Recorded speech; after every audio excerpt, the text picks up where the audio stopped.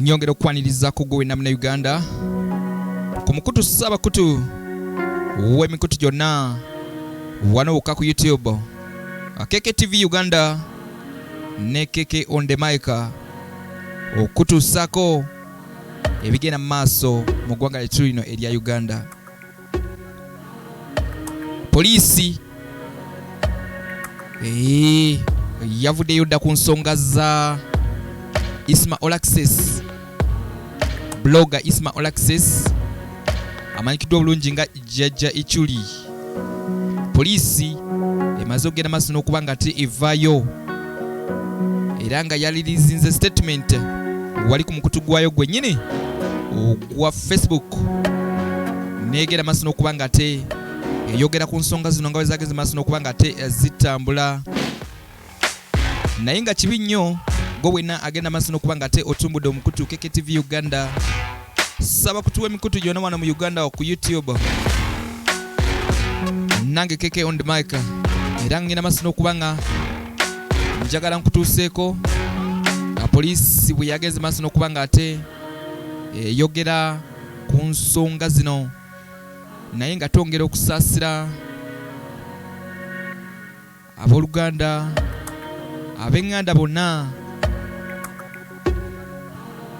ne famire okutwaliza awamu yonna n'ab'emikwano aba Jajja Ichuli Isma Olaxes, nti Omukama Katonda agere maaso n'okuba nga ate abagumya era omwoyo gw'omugenzi Jajja Ichuli Isma Olaxes, Omukama Katonda agere maaso n'okuba nga ate agulamuza kisa.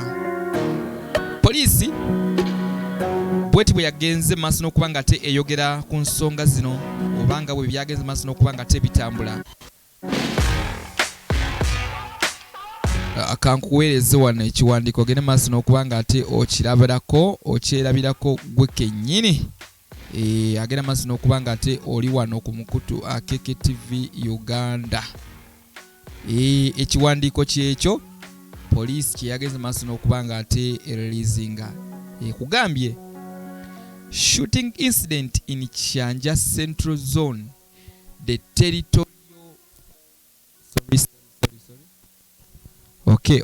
microphone ibadde nkyankalanyeko.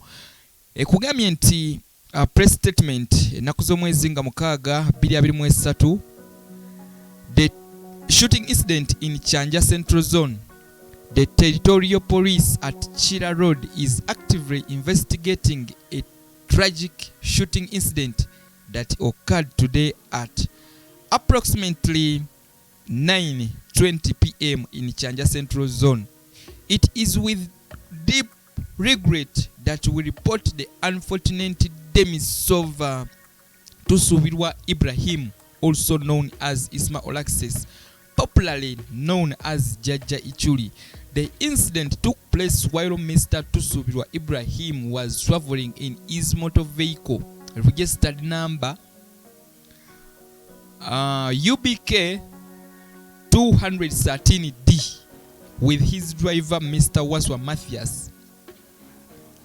Preliminary reports indicate that an unidentified gunman armed with an SMG opened fire on the vehicle, resulting in the fatal shooting of Tusubilwa Ibrahim, who was seated in the passenger seat.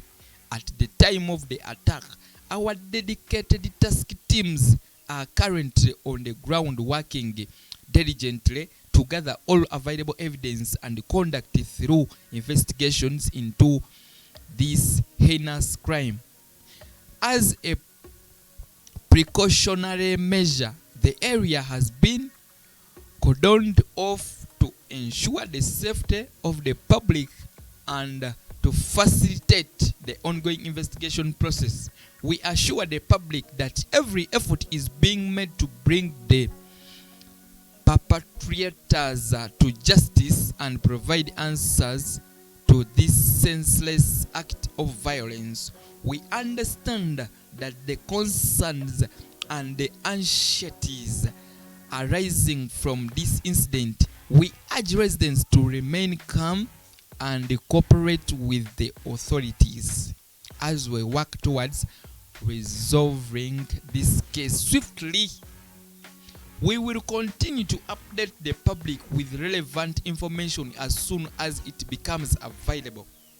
Our heartless condolences go out to the family and friends of Tusubilwa Ibrahim during this difficult time.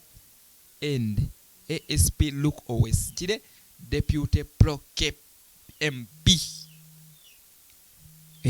Wait your Poliisi bweyavuddeyo n'ekiwandiiko ekyo nga etegeeza nti byonna ebigenda mu maaso, ekyagenda maaso n'okukola okunoonyereza ku nsonga eno nga bwe yatandise oba bwe yabadde, era ne bakutegeeza nti bwe banaaba bafunye ebisingakaawo byonna, information ejjudde yonna, bajja genda maaso n'okuba nga bategeeza eggwanga. Naye nga byo bwe bityo bwe biri. Poliisi bwetyo bwegambye. Keke on the mic, nkyagenda maaso n'okuba nga nkutuusako wano na wali. Buli ke tulaba tulina okukutuusako wano Keke TV Uganda. So genda bugenzi maaso n'okuba nga ate okyatwekumirako, tulyoke twongere maaso n'okuba nga ate tukuweereza buli kimu ekigenda mu maaso. Naye nga Keke TV Uganda fena tugenda maaso n'okuba nga ate tusaasira ab'eŋŋanda n'ab'emikwano, aba omwami ono oba omugenzi Isma Olaxes, Jajja Ichuli. Katonda yekka agende maaso n'okuba nga ate abagumya mu kaseera kano. Mawulire si malungi okuba nga tulwazizza muntu, okuba nga omuntu gwe mubadde mumanyi nti mulamu nga talwadde nako ne mukeera ku makya, oba nofuna akasimu nti takyaliwo, ate ekyo kiba kinene nnyo, kiba kyeraliikiriza nnyo. Naye nga ebisinga byonna Katonda yasinga okumanya, era omwoyo gw'omugenzi Omukama Katonda agende maaso n'okuba nga ate agulamuza kisa.